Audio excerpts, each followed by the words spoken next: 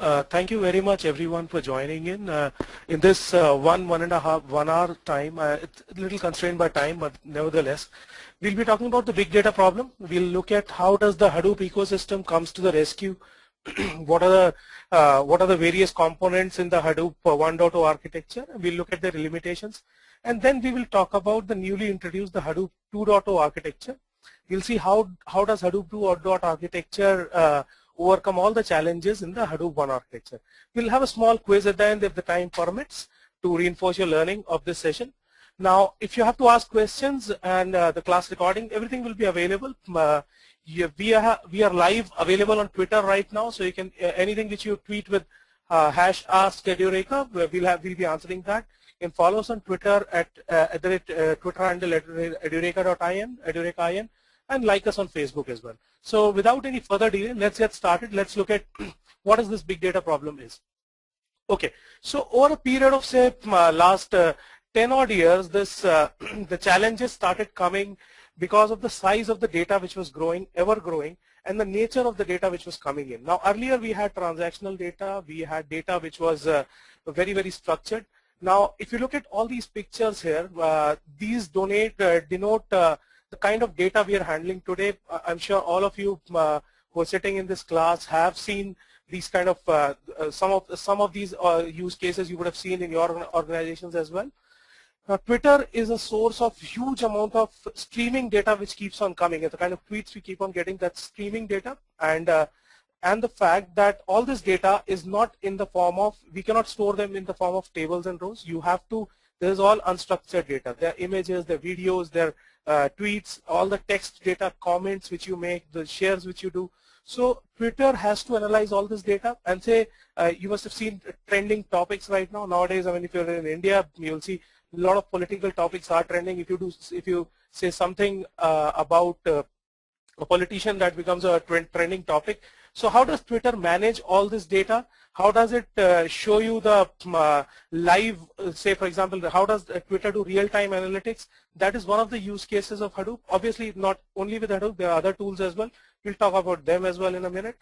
Then you have the banks and the financial services, where you have huge amount of data coming in. Say you're swiping your card, banks have to do this fraud analytics. They have to look at the kind of transactions you're making. They look at the consumer behavior based on which they send you special offers. So all these things are the new, this is the new era of data generation, which the kind of data which was unheard about, terabytes and petabytes of data which has to be analyzed, and you have to gain insights based on that, and then obviously use them to enhance your business, whether it is marketing, whether it is sales, whether it is customer engagement. For all these purposes, this data is used. Okay. Coming to e-governance, one very, very popular scheme which everyone is aware of is Aadhaar, where I'm sure a lot of you would have Aadhaar cards, and you would have given different type of data, your fingerprint data, your iris data. All this data is stored, and it cannot be stored in a normal database. Okay, so that's where your requirement for a new type of database comes in. Okay, and Hadoop is the place where all this is stored. Then coming to telecom domain, now this is not restricted to these 3-4 domains which I'm talking about here. There are a lot many domains, maybe insurance, there is weather data analysis, then there are a lot of factory automation where all these things are used. But then, say for example, telecom is again a very, very big industry vertical which uses, say, service usage analysis, which means that the amount of usage a person has based on which, say, suggesting in the right scheme. A lot of you must be talking late night, and you get that SMS from Airtel or Vodafone saying that, okay, this is a package which you can use, you can reduce your talk time.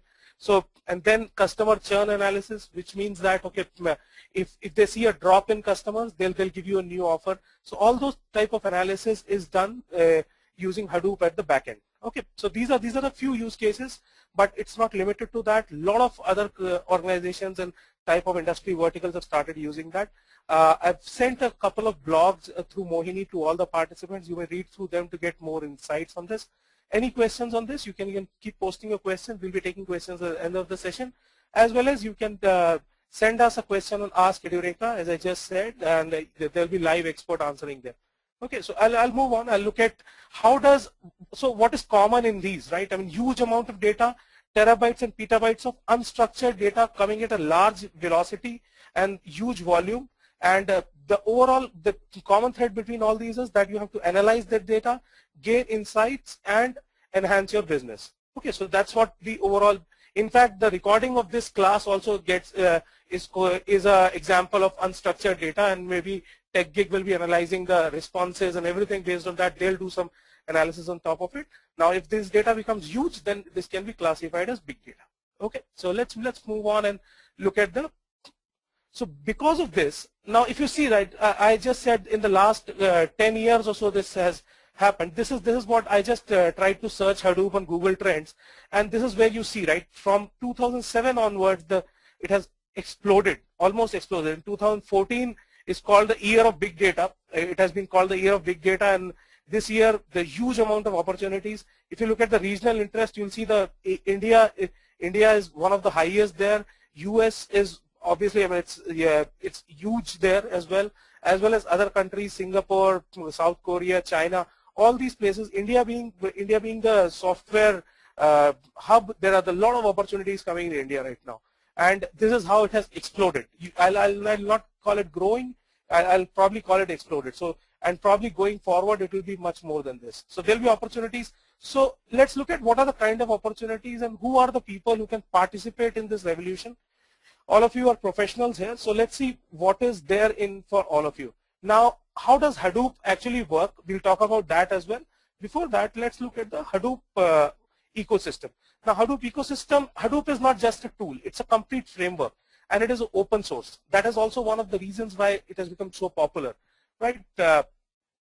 You have opportunities for all type of people here. Now, basically Hadoop, this is the layer where all the data is stored. This is called the HDFS. It is a flat file system which contains a cluster of machines on which the data is stored, that they are called data nodes. We'll talk about them as well. But the first part is, now if you already have your data, say a stream data, or you have your data in your database in RDBMS, how to move data into the Hadoop ecosystem, right? So that's where these tools Flume and Scoop get into play. Scoop is used for moving data from SQL to Hadoop. It is an acronym for SQL and Hadoop. So you can move data in and out of Hadoop through Scoop into a RDBMS. Similarly, you can move unstructured data, whether they are streaming data or their logs, through Flume. Flume is the tool for moving unstructured data or semi-structured data into Hadoop. Okay. Now, so this is the place where this complete data is stored across a cluster of computers. Now, this cluster can be as big as 5,000 to 10,000 nodes. Okay, there are challenges there. We'll talk about them, but just to understand, this is the layer of, or the storage layer here. It does not have any structure to it. It is flat file system there. All this data is moved as flat files here. Okay. Now, this is where DBAs and system administrators can grab this opportunity. There's a huge amount of requirements for database administrators as well as system administrators, Linux administrators, who can work as Hadoop admins, Hadoop administrators. Okay. Then comes the layer of MapReduce. MapReduce is the framework which has the programming model of Hadoop. Now, this is where, now I just told you that all your data is stored across a distributed cluster of computers. If you have to run any batch processing, you will write some program in MapReduce. It will be distributed across the cluster and it will be run, and the MapReduce framework takes care of the overall scheduling of jobs, monitoring of jobs, allocating resources, mining the jobs, managing failures. All that is managed by MapReduce framework. MapReduce also has a programming model. Now, the programming model for MapReduce, since Hadoop itself is written in Java, is predominantly in Java. So if you're looking to become a Hadoop developer, core Java is the predominantly used language, but the other people, whether they know Python, Perl, Ruby, or C#, need not lose heart. There's something called Hadoop streaming, and a lot of people use Hadoop streaming for writing non-Java MapReduce programs through Python, Perl, C# even. So that's where your developers and programmers come into play. You can grab this opportunity by becoming a Hadoop developer. Then on top of it, since it's all about data analysis, the ETL and data warehousing professionals, there are tools. There are two tools here in the Hadoop ecosystem. One is Hive, which is the data warehouse, and Pig, which is for the ETL. So these are the tools where DW and ETL professionals come into play. Now, whatever you write in Hive or in Pig, Pig has its language called Pig Latin. Hive is very, very similar to SQL. It is a language called Hive query language, Hive QL. And whatever you write here is converted into MapReduce, and then it is converted into MapReduce, and then MapReduce framework runs these jobs on the HDFS. Okay. Then there's one very interesting tool here, which is called Mahout. It is for machine learning. Say you must have seen on LinkedIn, seeing recommendations on LinkedIn or on product sites where they say people who bought this have also bought that. All that is done through machine learning, and Mahout is the tool in the Hadoop framework to do that. Then finally, we have something called Apache Uzi, which is for the workflow management here. So just to reiterate, the opportunities for everyone, that growing trend which I showed you, everyone can participate in that revolution. And these are the tools: Flume and Scoop for moving data into the Hadoop, MapReduce framework for running jobs, managing the scheduling resources, okay, and writing programs, Hive and Pig for ETL people, and Mahout again for machine learning. Okay, on top of it, gaining insights on that data. And obviously Apache Uzi is workflow management. Now all these tools, the beauty about this is all these tools are open source. So you're not paying anything for the licensing. You don't have to pay huge amount of licensing costs and setup costs. Setup is also not all that difficult. It's almost plug and play. It's not all that easy as well, but then it's not very difficult to learn again. So everyone can get into this. Now coming to, let's go a little bit detail into the Hadoop 1.0 architecture, where I'll also talk about the challenges here and why Hadoop 2.0 came in. So as I just said, right, the HDFS, which is the Hadoop distributed file system, this is the cluster on which your data is stored. Now it has a master-slave kind of architecture where name node is the master, which manages all the data nodes, your actual data, your actual video data, streaming data, your images, your text, everything is stored on data nodes, which is, there is one name node in a cluster, and there can be thousands of data nodes in the cluster. Okay, this name node is a high availability machine, which means it has redundant power supply, it has high amount of memory there. Now, the actual data is stored in data nodes in terms of blocks, these data blocks, and name node contains the metadata, which means that it contains the information about where the data is stored, where the data is replicated. So all that metadata is stored inside the name node, and this is stored in the RAM of this name node. Okay, then there's something called a secondary name node, which keeps on taking the backup of the name node just in case of failure. Okay, just to introduce the term that this is still not a failover mechanism. So if the name node fails, everything goes for a toss.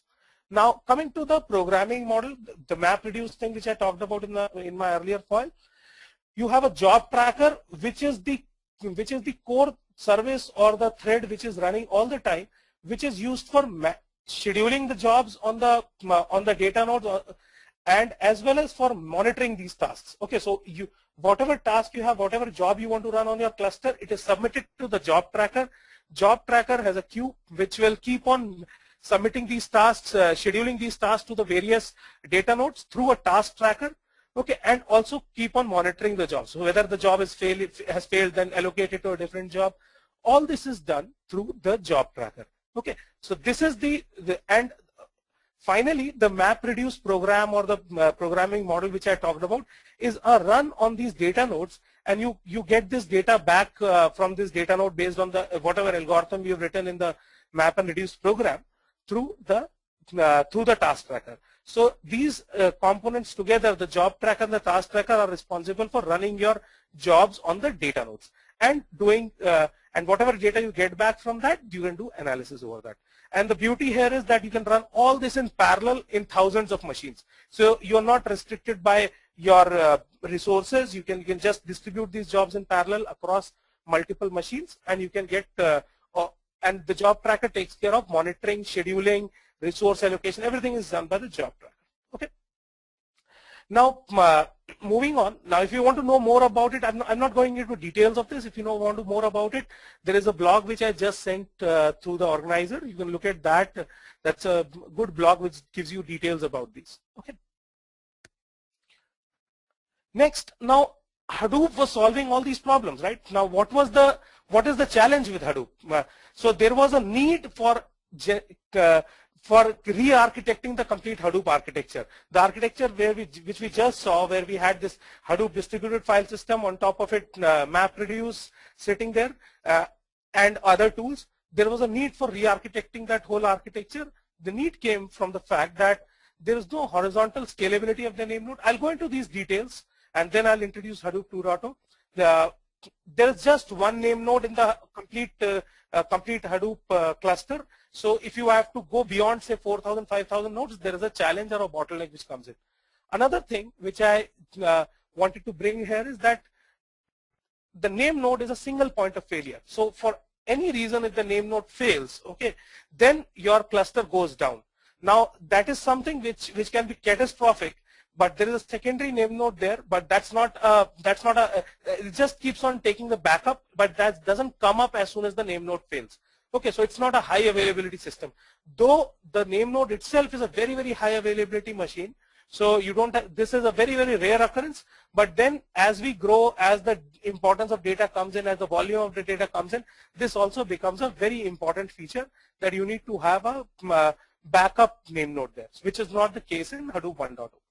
Then I just told you about the role of the job tracker. Job tracker schedules the jobs, it monitors the jobs, it looks at the failures. So as your processing becomes huge, the job tracker becomes overburdened. Okay, I'll talk about that as well.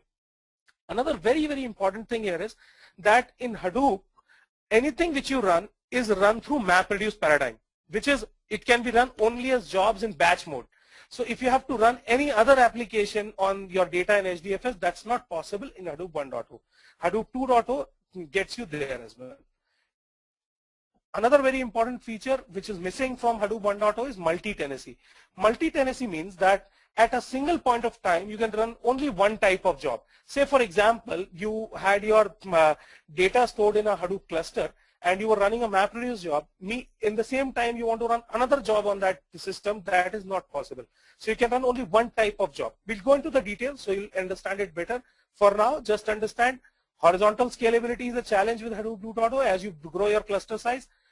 Name node is a single point of failure. The job tracker becomes overburdened as we increase the overall size, number of processes which run. And it's only possible to run a single type of application, which is the MapReduce or the batch kind of processing which can be done in Hadoop 1.0. Okay, so let's look at these one by one in a little more detail. Now, what is the challenge with this horizontal scale which I just talked about? So here is one simplistic view of your cluster. You have a name node which has all the metadata stored in the RAM of the name node, okay, and it does all the block management, and these are the actual data nodes where the actual data is stored. So what happens is that this metadata is stored in the name node memory, which is the RAM. Now you can just take the RAM to a specific size. I mean, beyond that you cannot vertically scale the RAM. Okay, so this bottleneck, and if you cannot do that, the system becomes slow. And this typically situation happens at a size of, say, 4,000 odd nodes. Okay. Now, just to tell you, the fact is that most of your applications which you would be running can be easily managed in 20 to 100 nodes. Okay, you will rarely see more than 4,000 nodes, but then larger organizations, be it a Twitter or a Facebook or any other large organization, or Yahoo, for example, requires bigger clusters than that, and that's where the need for having some solution to this came in.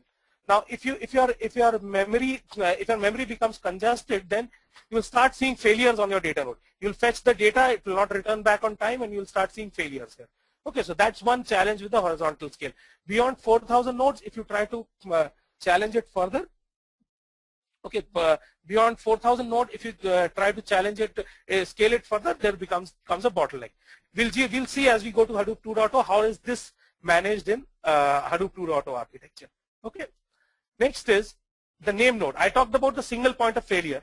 Now, I also showed you something called a secondary name node there. The secondary name node term is a misnomer. It's not a hot standby for the name node, which means it does not, just remember that it does not take over if the name node fails. What it does is it keeps on doing a housekeeping or keeps on backing up data regularly. So whatever is there in the name node's RAM is being backed up by a secondary name node onto a disk. Okay. But if this fails, then this does not take the place of the name nodes. You have to restart your system again, you have to restart your cluster again take the last edit, last log where everything was stored and restart your system there. So in case it took you 10 minutes, you lose that time period, whatever transactions happened on that, you'll lose them. So now this is again a rare occurrence because Namenode is a very high availability machine. It rarely fails, but then this also is one of the bottlenecks or one of the challenges in the Hadoop 1.0 architecture. Okay, so you have to build the Namenode once again from the secondary Namenode. Okay, secondary Namenode does not take up. Now a lot of times this question may come, if you're going for interviews, this question may come up that is the secondary Namenode a failover mechanism? The answer is no. It is not a hot standby, it just keeps on taking the backup, and if your system fails, there's a single point of failure, you have to restart your system and start from the last saved stage in the secondary Namenode. Okay, so this is the second challenge along with the horizontal scalability. The third challenge is the overburdened job tracker. Now in my first foil, I showed you that how does the job tracker communicate with the task tracker. The job tracker is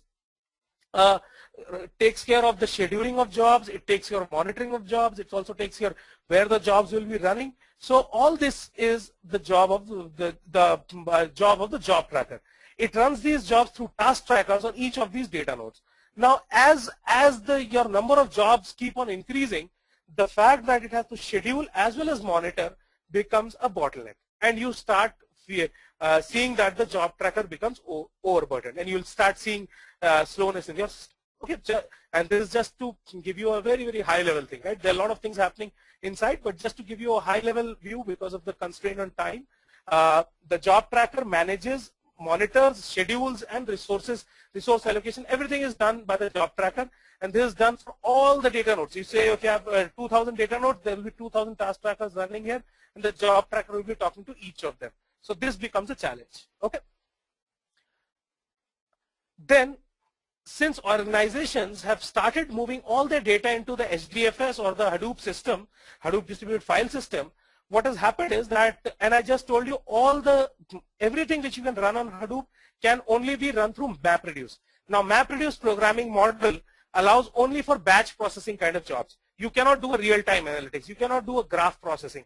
Okay, you cannot do an interactive job there. So if you have to do anything like a real-time analytics, say for example you have to show what is the trending tweet at this point of time on Twitter, then what is the trending topic there, then that cannot be done through a batch processing. You need a real-time analysis, and if you are in 1.0 Hadoop, then you'll have to move this data out of Hadoop into some other system from where you can connect to a real-time analytics system. There's a tool called Storm, Apache Storm, which is used for that, but that cannot run on top of Hadoop 1.0. Okay, so you have to have only MapReduce processing can be achieved. You have to have a alternate data storage for processing for real-time or graph analysis, and it does not support multi-tenancy, which also means that you can run only one type of job at a time. So even if you run these jobs through a different application on your while Hadoop is running, it is not supported. The namespace itself does not support that. So these are the four major challenges. One was your Namenode high availability, which means single point of failure. Second was horizontal scalability beyond 4,000 node. Third was overburdened job tracker, so a better processing control was required. Third was, can I run anything different than batch processing on Hadoop? So right now Hadoop supports only batch processing through MapReduce. We'll see how does Hadoop 2.0 incorporate all these things, and how does Hadoop 2.0 take care of all these challenges. Okay. Now these are the features of Hadoop 2.0. Hadoop 2.0 has introduced something called HDFS Federation. I'll not go into details right now because that's what is coming in the next set of foils here. HDFS Federation. Then there's a support for Namenode high availability, which means Namenode is no longer your single point of failure. Okay. And then there's something called YARN. The classic MapReduce framework has been replaced by YARN, which is also which is acronym for yet another resource negotiator. So you have a better processing control. So your job tracker getting overburdened is taken care here. It supports non-MapReduce type of jobs as well, and it has support for multi-tenancy as well. We'll look at each of these one by one now. Okay, and in case you have any questions, just go and you can put them on Twitter as Ask Edureka, hashtag Ask Edureka. You will be able to get answers there. Okay, so this is how the Hadoop cluster architecture differ from your Hadoop 1.0 cluster architecture. So this is on your left hand side is your Hadoop one cluster architecture, which has a single name node and your multiple data nodes. And name node, as I told you earlier, does the block management here. It has all the metadata stored here in the memory of this system, okay, of the name node. What has happened in Hadoop 2.0 that instead of having a single name node, we have divided your cluster into multiple namespaces, and each namespace takes care of is taken care by a name node. So instead of having a single name node, you have multiple name nodes now. So the fact that you could have only 5,000 nodes in a cluster can be you can have now 15,000 or 20,000 nodes as well by using multiple name nodes. So all these name nodes are independent of each other. They map to a specific namespace on the data node. Say for example, name node 1 is mapped to your data node 1 here. Now what could be the application? Say for example, you have different type of data here. You have a marketing data which is stored in namespace 1. You have accounting data which is stored in namespace 2. You have customer is stored in namespace 3. Okay, and each of these namespace is independently working in the same cluster. So say for example, if you're not doing any processing on your marketing data, you can use the complete pool of resources, which could be your 15,000 nodes in the cluster, to run everything on the marketing data itself. So you get a better using this HDFS Federation. One, you take care of the horizontal scalability. Two, you can better utilize the processing resources as compared to your 1.0, where in such a case in 1.0 you need to have 3 clusters. This, and you cannot use one cluster cannot use the computing resources of the second cluster. In this case, by creating a federation of name nodes, multiple name nodes, you can do that as well. Okay, so this is how the challenge of your horizontal scalability beyond 5,000 nodes is achieved by Hadoop 2.0 using Hadoop 2.0 Federation. I've sent another blog through the organizer which talks about the Hadoop 2.0 features. You can read in more detail about this federation. You can ask your questions as well. Okay, I'll take questions at the end of it. Second thing, this is how now earlier I showed you the diagram for Hadoop 1.0, where you had the HDFS, you had the name node, you had the data nodes. Now the few more components have been added. This is how it looks like. You have the HDFS, you have a standby name node. I'll talk about that as well. And then you have, instead of MapReduce, if you see there was MapReduce here and a job tracker and task tracker was here, there's something called next generation MapReduce or YARN which has been introduced there. So we'll talk about these in detail. This is how the 1.0 differs from 2.0. So instead of MapReduce, it has YARN, and a few more things have been added on the HDFS side as well. Let's look at them one by one and look at what challenges do they solve. So here if you see, here if you see the challenge of having a single node for a high availability, single point of failure, what we've done is, instead of having a secondary name node, I hope it is visible now. Okay, instead of just having a one name node and a secondary name node, we now have 2 name nodes. One of them is an active name node, the other one is a standby name node. And they keep on, how do they share data? That what is happening here? Through a share edit log, which could be a network storage, and the name node which is active keeps on writing to this, and the other name node keeps in sync with these edit logs. And in case of a failure, something going wrong here. So I was talking about the introduction of the standby name node instead of a secondary name node. In case of a failure, what happens is the second standby name node takes over. So you don't have to manually restart the system. Your system is it is a hot backup as compared to your secondary name node. This is a hot backup now. So as soon as this goes for a toss, this fails, the standby name node takes over. So this is always a high availability system. Okay. So this is how the high availability is achieved in Hadoop 2.0.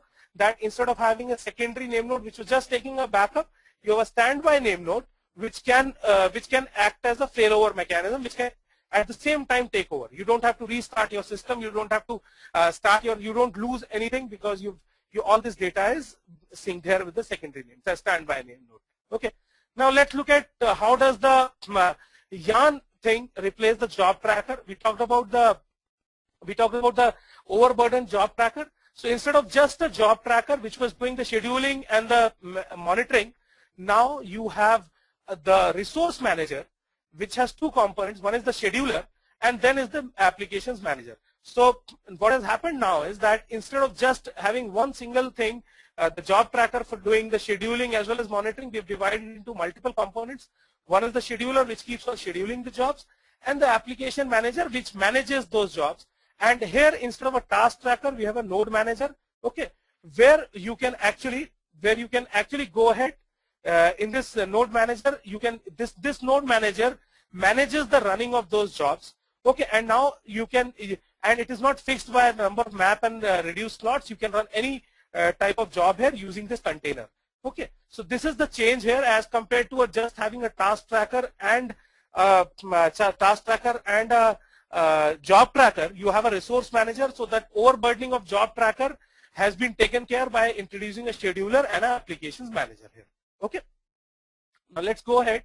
And so three major challenges. One was your scaling horizontally has been taken care by the HDFS Federation. Your Namenode High Availability has been taken care by active and standby Namenode, and your overburdened job tracker has been taken care by the resource manager, which separates out the scheduling as well as the resource applications management. Okay. Now finally, one very important thing where Hadoop was getting stuck was the fact that you could run only batch type of jobs using MapReduce, right? So that's what we talked about. Now there are other type of things which you want to do which were not possible in Hadoop 1.0. With the introduction of Hadoop 2.0, you can do streaming using Storm here, which means real-time analytics. You can do graph type of analysis using Giraffe or other tools. You can do an in-memory thing using Spark. Spark is again an Apache project which is written in Scala. It is 10 to 100 times faster than Hadoop right now. Okay, and then you can do interactive jobs as well. So what has happened here, if you look at the change in architecture, your HDFS 2, on top of HDFS 2, instead of the MapReduce, there is a layer of Yarn here, okay, which takes care of the complete resource management. Yarn is, as I said, yet another resource negotiator. Okay, and you can run any type of job on top of Yarn. So you're not restricted by only batch jobs. You can run streaming jobs, you can do graph processing, you can do interactive thing. All this is possible using Yarn. Okay, so earlier in Hadoop 1, only MapReduce type of jobs or which is batch kind of processing could be done. So you could not do a real-time analytics here in Hadoop, right? Which was one major disadvantage there. Now we talked about multi-tenancy. So this is how the jobs are run on Hadoop. Okay, so this is the final feature which I wanted to let you know that earlier all the jobs were run in a single queue. Now what has happened is that the different type of jobs can be run in parallel. They're organized in different queues. Now people coming from, say, load sharing farm background, or people coming from, say, a mainframe background, AS400 kind of background, can easily relate to this, that there are multiple queues in which your jobs are run. Each queue has a different priority. So your MapReduce jobs can be run in this queue. Your interactive jobs can be run in this queue. Your streaming or the real-time analytics jobs can be run in this queue. They can all be run in parallel. All these queues share the percentages of the cluster. Each queue has the associated priority, and there is a FIFO kind of scheduling in each queue. So for example, job which is pumped in first will be finished first. Okay, so that's what is done in this. This is how multi-tenancy is achieved, and all this is achieved using a component called capacity scheduler. So this capacity scheduler is the person or is the component which enables these different type of queues, and how to configure these queues, how much resource to give to each queue, what is the priority of each queue. Okay, and then since these are different applications, you have to ensure security between different applications. So the security also is ensured between different applications using the capacity scheduler. Okay, so now coming to, so these are the various features which we talked about. I'll just reiterate and we'll take up a few questions here just to understand if you've understood this or not. You can answer those questions in the chat window. Now I'll just reiterate what we have learned today. We talked about, I'm obviously constrained by time, otherwise I could have gone a little bit more into details, but you can look at those blogs. You can also look at the Hadoop course at Edureka to get more about it. Now, so we started with the need of what was the challenge of big data, the kind of huge amount of data coming in and the kind of analysis we want to do there. Then we looked at the trend of how does Hadoop or big data interest is increasing. Then we looked at the Hadoop 1.0 architecture. We looked at what are the various roles and responsibilities, what is in there for various people in the Hadoop framework, how do DW or ETL people fit into Hadoop, how do programmers can grab that opportunity, how do DBAs and administrators can grab that opportunity. Then we moved on to look at the Hadoop architecture. We looked at the fact that there is a HDFS where the data is stored. Then there is MapReduce, which is the programming model and the framework. Then we looked at the challenges which each of those. The challenges in Hadoop 1.0 were Namenode being the single point of failure, challenge when you increase your cluster size beyond 4,000 nodes. Then the third challenge was overburdened job tracker, and the fact that, and the fourth one and the bigger one was that you could run only batch processing on Hadoop. Then we looked at how does the Hadoop 2.0 framework help in overcoming these challenges. So just to reiterate, Hadoop 2.0 introduces the concept of Namenode Federation, where you can have multiple name nodes. So your problem of going beyond 4,000 nodes is solved by that. Second, you have the Namenode High Availability, using the standby name node instead of a secondary name node. So you have your name node is your system is always available. Third was the Yarn framework, using which you could run multiple type of jobs and not restrict yourself to the just batch type of jobs using MapReduce. And the fourth one was this multi-tenancy, which we just talked about. So that's it from my side today. Now I can take questions now, or before that I can quickly take you through a quiz. You can answer those, take those answers. And here's Annie. Annie is my companion. I have a question for you. You can all give the answer as ABC on this on the chat window. So Namenode High Availability was developed to overcome the following disadvantage in Hadoop 1.0. What was the disadvantage in Hadoop 1.0? Because of which we developed the standby name node or Namenode High Availability. Can everyone quickly answer that on your chat window, please? Okay, great. So the answer is single point of failure of name node. So that's why we introduced the standby name node. Okay. The next question. Yarn was developed to overcome the following disadvantage in Hadoop 1.0 framework. So why was Yarn developed? Was it a single point of failure, or only one type of one version can be run in classic MapReduce, which means only batch type of jobs can be run in classic MapReduce, or there is too much burden on the job tracker? Can you quickly give your answers there in A, B, and C? Great. So the answer is too much burden on job tracker and to support multi-tenancy. That is different type of, we saw that, right? That you can run any type of any type of jobs there, not restricted yourself to MapReduce. And to remove the too much burden on job tracker, we introduced the concept of resource management using a scheduler and a resource manager. Okay.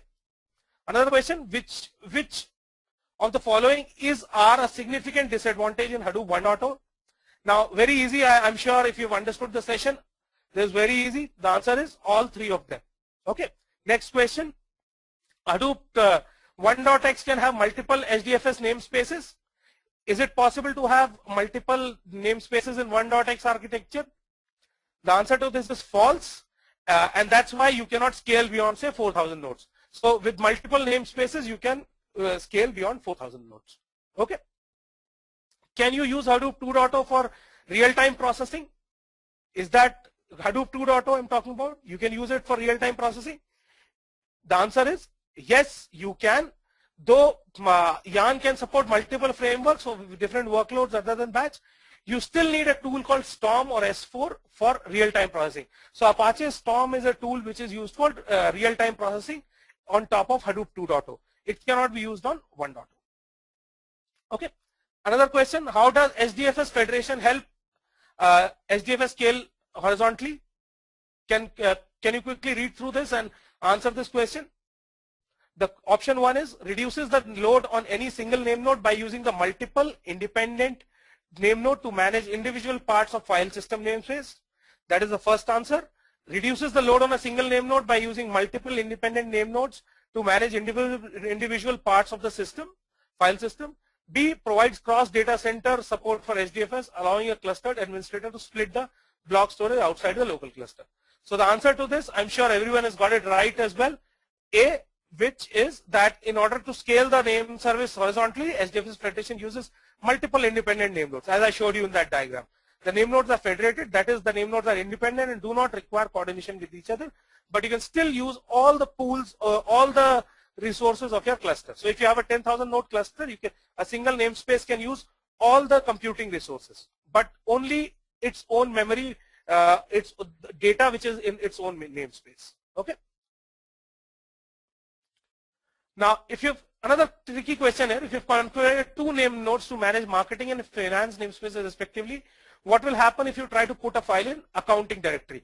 Which means you've just created 2 namespaces and you're trying to put a file in a third namespace. Okay, what happens then? So in that case, there will be an IO exception. You have to create a namespace for that as well, and then only you'll be able to move the file. Okay, so that this is your last question. Now, can you run hundreds of data nodes can you use the hundreds of Hadoop data nodes for processing any other type of jobs than MapReduce in Hadoop 1.0? The answer to this is, can everyone tell me the answer on the chat window, please? The answer is right. The answer is no. You can only use MapReduce in 1.x, and but in Hadoop 2.0 you can do different type of workloads as well. Okay. So that's all for today. Thank you very much for coming in. You can post your queries at Ask Edureka. We'll answer them. The recording will also, you can follow us on Twitter. We'll be sharing the recording here. And if you're interested in taking up the Hadoop course, you can go to edureka.in/Hadoop, and you can look more about the course there. You can look at class recording, and the batch is starting every week. So we have a batch starting tomorrow as well. If you're interested in that, you can sign up for the course there. If you have more questions, I'll just quickly take up the questions now. Okay, so there are a few questions which I'll take up now. Hemendra has asked me, is Apache Spark a part of Hadoop? Well, Apache Spark is not really a part of Hadoop, but it is a framework which sits on top of Hadoop, which is built in Scala, and it is much faster than Hadoop, and it is becoming very, very popular these days. Hemendra. Koteshwara Rao is asking, is Hadoop in itself having cluster technology? Yes, the MapReduce framework takes care of the managing the cluster. The cluster is actually the cluster is thousands of data nodes together, which using commodity hardware, and the MapReduce framework manages the whole thing.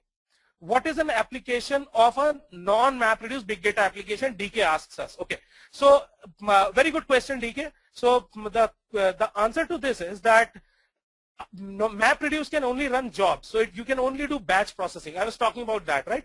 So real-time processing can be done through Storm on top of this. So if you have to say, for example, do a real-time analytics, which means that okay, you have streaming data coming in, and you have to show which are the trending topics at this point of time.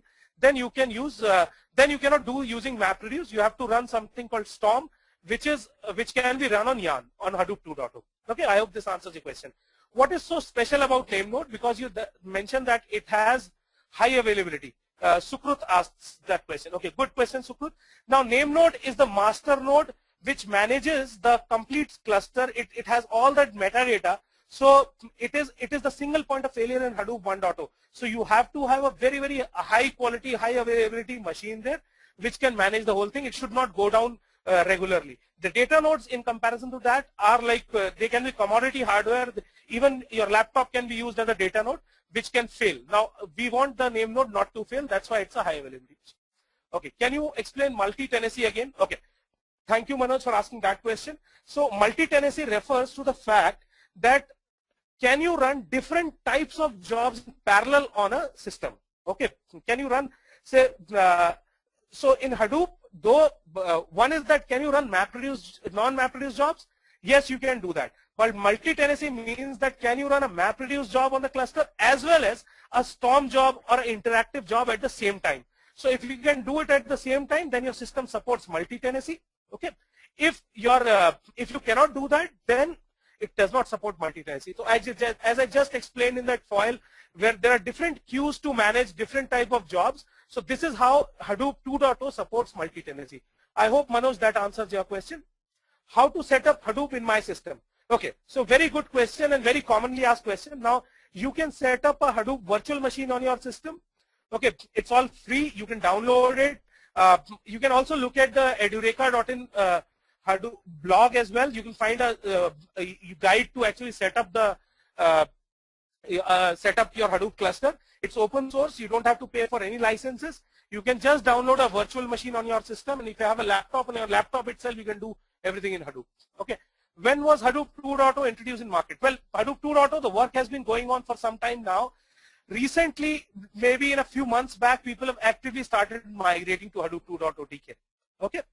Can you give an analogy between Hadoop and traditional enterprise programming paradigm? Okay. Thanks, Kapildev, for asking that question.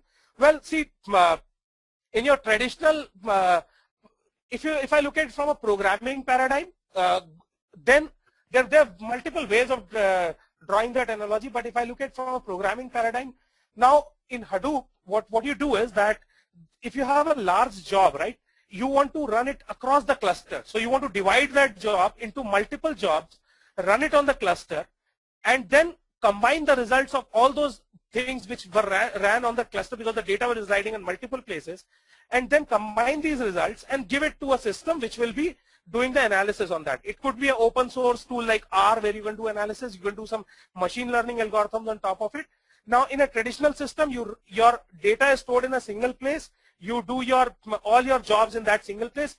If you have to do a parallel or a distributed computing, you have to write a lot of code to ensure that if there is a failover, what happens, how do you combine the jobs, how do you schedule these jobs. All these things you are abstracted out because of the Hadoop framework. Hadoop framework takes care of all these things. So you just submit your job, Hadoop framework sends these jobs to the cluster, the name node tells where the actual data is residing, the job tracker runs those jobs, the task tracker actually runs those jobs, gets your data back and gives it back to you. Okay, so this parallel computing thing is the way in which you can draw an analogy between a traditional and a Hadoop system from a programming perspective. Okay, then we have a question from Shashwat which says how name nodes understand that other name nodes went down and what is the failover time. Okay, now in Hadoop 1.0 there is no way to figure out whether the name node has gone down because there is just a single name node. Here in the case of Hadoop 2.0 you have a failover mechanism where very quickly within a few seconds your secondary name node can go down, can come up and start from there. More on this, I can share a blog which I've written, which can give you more details on that. You can post this question, Shashwat, on the #Edureka Twitter tag, and here #Edureka, and I'll answer that question there. I don't want to go in details here. What was the learning for DK is asking the question, what is the learning curve for SQL Server DBA to become a Hadoop administrator? Okay, since you are a SQL Server DBA, now you need to understand the Hadoop ecosystem, you need to understand how to set up the cluster, you need to understand how to ensure security in the system. So it's not all that difficult depending upon the kind of experience and your interest you have. You as a SQL Server DBA, you're in a very good position to become a Hadoop administrator if you learn about it. Now there's a course in Edureka on Hadoop administration specifically. DK, you can check that out on edureka.in/Hadoop administration. You'll be able to find more details there. Okay. Can existing RDBMS databases integrated into Hadoop? Yes. So Ganesh is asking that question. Now what you can do is you can move your data from a RDBMS, whether it is SQL Server or your Oracle or your MySQL. There's a tool called Scoop, which stands for SQOOP, which is an acronym for SQL and Hadoop. So you can move your data from Hadoop into SQL or any RDBMS or from Hadoop to any SQL using Scoop. And there are connectors available for Oracle, there are connectors available for SQL Server, there are connectors available for MySQL. You can look at that. There's a blog on this also, Ganesh, on edureka.in/blog. You can search for Scoop, you'll be able to find that. Okay. So where is the shared edit log stored? It is stored on the network and NAS. How many maximum number of name nodes in version 2? Well, there's no limit to it. Theoretically, you can have any number of name nodes in version 2. Typically, you will not require beyond 3 to 4 name nodes. That's what the typical thing is. Okay, my question is related to opportunity for testing QA professionals in the Hadoop universe. Can there be any possible transition for testers towards Hadoop and big data analysis? Well, very good question, Onkesh Bansal. There are a lot of opportunity for testing professionals.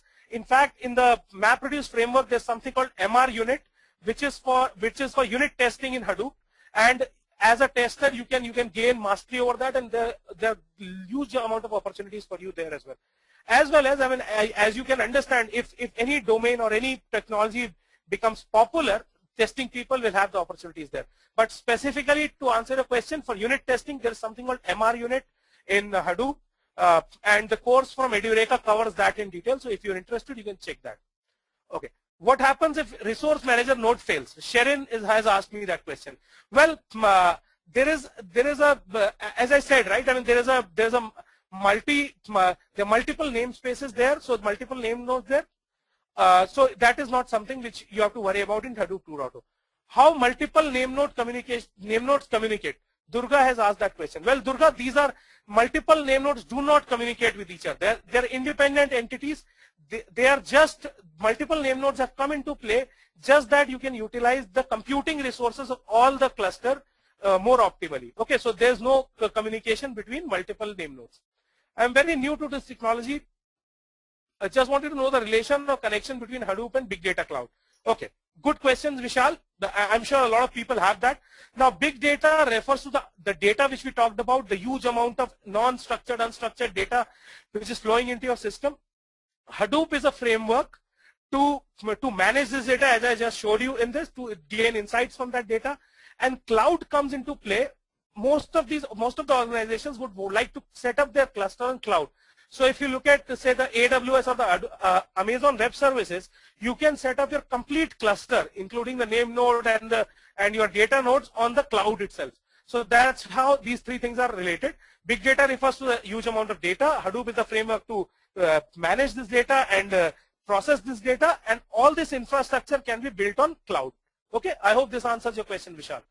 How can we use real-time processing using the yarn? Mahendra has asked this question. Well, I've just answered that question, but using Storm, you can do that. Storm is an Apache tool for doing this. Okay, you can also do online processing using HBase. Okay, so online kind of things can be done using HBase, but real-time analytics can be done using Storm. So there's a difference between online processing and real-time analytics. So for analytics, you use Storm.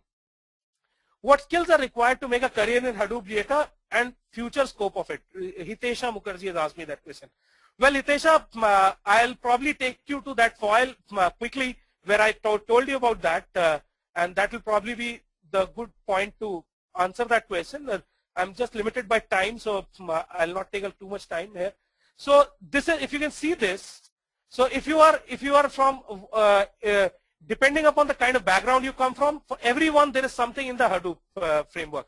So if you're an administrator, you can work on the Hadoop administration part of things. If you're an ETL or a data warehousing professional, you can work on Pig and Hive, which are again very much in demand. If you're a developer or a programmer, you can work on the Mahout and the Hadoop framework. You can do programming there. Okay, and if you're a tester, you can again work on the this framework using the unit testing MR unit. Okay. I hope that answers your question. What are the basic steps to migrate an Oracle DB to Hadoop? Any reference links? Sure. So Arul Vadivel, you can search in edureka.in/blog. There's a blog which tells you how to move data from Oracle to Hadoop. There's a connector for Hadoop using Scoop. You can do that. If you can just post this question at #ask_edureka, I can give an answer there as well. I can give a link. Unfortunately, TechGig does not allow me to send you the link here, so I'll not be able to send it here, but you can always ask a question at #ask_edureka and we should be able to give you an answer there. Okay. Can you point us to some real life sample of Hadoop implementation that we can study? Okay, sure. So again, Sunny asked this question at #edureka. I can give you a lot of links where you can look at that. Okay. But just to tell you, as I was looking at this, before I was looking at this slide, so these are the kind of industries where you use Hadoop, okay? And it is not restricted to that, it is not limited to that. What are the limitations of Hadoop 2.0 which may probably lead to Hadoop 3.0?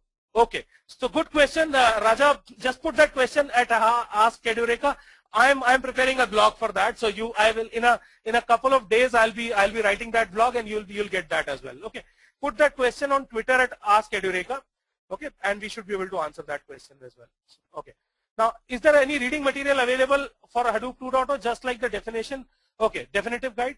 Well, yes. So there are a few books, but I would say there are very few the definitive guide is one which you can use. Okay, one important thing is that not many people have run applications on Hadoop 2.0, so it's still in the nascent stage. But I had given this, you would have got a link for the blog Hadoop 2.0. Hadoop in Action is another book which you can look reference, and then you can look at this the blog which I just sent. Okay, you will also get the recording of this class. Any easy way to install Hadoop on my laptop and try migration of Oracle DB to Hadoop? Well, yes, you can do that. You can definitely do that. You can set up a Hadoop cluster on your laptop, and you can use Scoop to move data from Oracle to Hadoop. Okay. Yeah, you can look at the blog Arul on edureka.in/blog, or if you don't find that, just ask this question at #AskEdureka, and we'll be able to answer that question as well. Okay. Is Hadoop all about data handling and processing? How do we get reporting and analytics? I mean visual analytics like ClickView, Tableau. Very good question. Can be used on top of Hadoop? Yes, it can be used on top of Hadoop. In fact, you can use R for that. You can do a lot of data visualization in R. You can also use reporting tools, Tableau and ClickView on top of Hadoop. Hirdesh Singh has asked that question. Thank you very much for that question, Hirdesh. Okay, so how fresher candidate can get a job in Hadoop as DBA, and is there required 1 or 2 experience compulsory? Well, the answer to that, Neil, is there are a lot of opportunities in Hadoop right now. So as a fresher also you can get a job. You just need to learn Hadoop administration. If you're interested in that, there is a course from Edureka which you can learn. What would be the scope of a tester who completes Hadoop course? As I just said, I answered that question already, that Hadoop testers there's a huge opportunity for Hadoop testers as well. There's another blog in Edureka again which talks about how do testers can look at Hadoop as an option. I told you about MR unit, which is for unit testing. You can look at that. Okay, so a ETL person can learn Hadoop or need to learn Hive specially. Are there any tools which need to learn specifically? Okay, so as an ETL person, see, Pig is the tool which you can learn for as a data warehousing professional. You can learn Hive. Okay, but the fact is that you should not ignore the other parts of Hadoop. You need to understand a little bit of architecture. You need to understand how does the MapReduce framework work, because both Pig and Hive actually convert whatever you write in that into MapReduce itself. So if you go for more optimization of your jobs, you need to understand how the underlying MapReduce framework works. So Gaurav, that's the question, but you need not worry about too much about programming. You can learn, you can specialize in Hive. You can concentrate more on Hive. Okay. Is it a good idea to move into Hadoop if I have a few million records as business data? Well, Yogaraj, thanks for asking that question. It is, I mean, if you have just a few million records, probably Hadoop is not a good answer for your problem. But then think about it this way: if you have 100 million records today, and your records keep on increasing on a daily basis, and if you want to, over a period of say 6 months, these becomes billions, then probably Hadoop will definitely come into play. You can do a lot of historical analysis, trend analysis, as well as predictive analysis using Hadoop. Okay, I hope that answers your question, Yogesh. Okay, how a research in data mining will help to get into Hadoop administration? Well, if you are a data mining expert, then probably instead of getting into Hadoop administration, you should get into Hadoop analytics. That will be a better thing to do. You can learn Hadoop, you can learn Hive, you can learn Pig, and then you can also, I mean, obviously you have to learn the overall thing, but you can look at R as an option. You can learn R, which has a lot of, which is an open source framework for open source collection of libraries for doing a lot of analysis and data mining techniques. Okay, you can also look at learning Mahout. Okay, so that's it. I think these are the questions I have. Any more questions, guys? Please feel free to put at #AskEdureka, and we'll be more than happy to answer them. You can get the class recordings. Follow us on Twitter. We'll be posting the class recording for this there. You can also like us on Facebook, and you will get all the details from us. And there will be many more webinars which will be coming in. You can get more information on that through our Twitter handle or our Facebook page. So any more questions, you can come in, or I'll be here to answer anything else. Okay. And if you're interested in taking the course, here's the link to go. Edureka.in/Hadoop. You can take the course. There's a special course for administrators as well. You can take that course as well. Okay. Thank you very much for your time. I exceeded a little bit, but I hope it was a good utilization of your time, and thank you very much for your time today.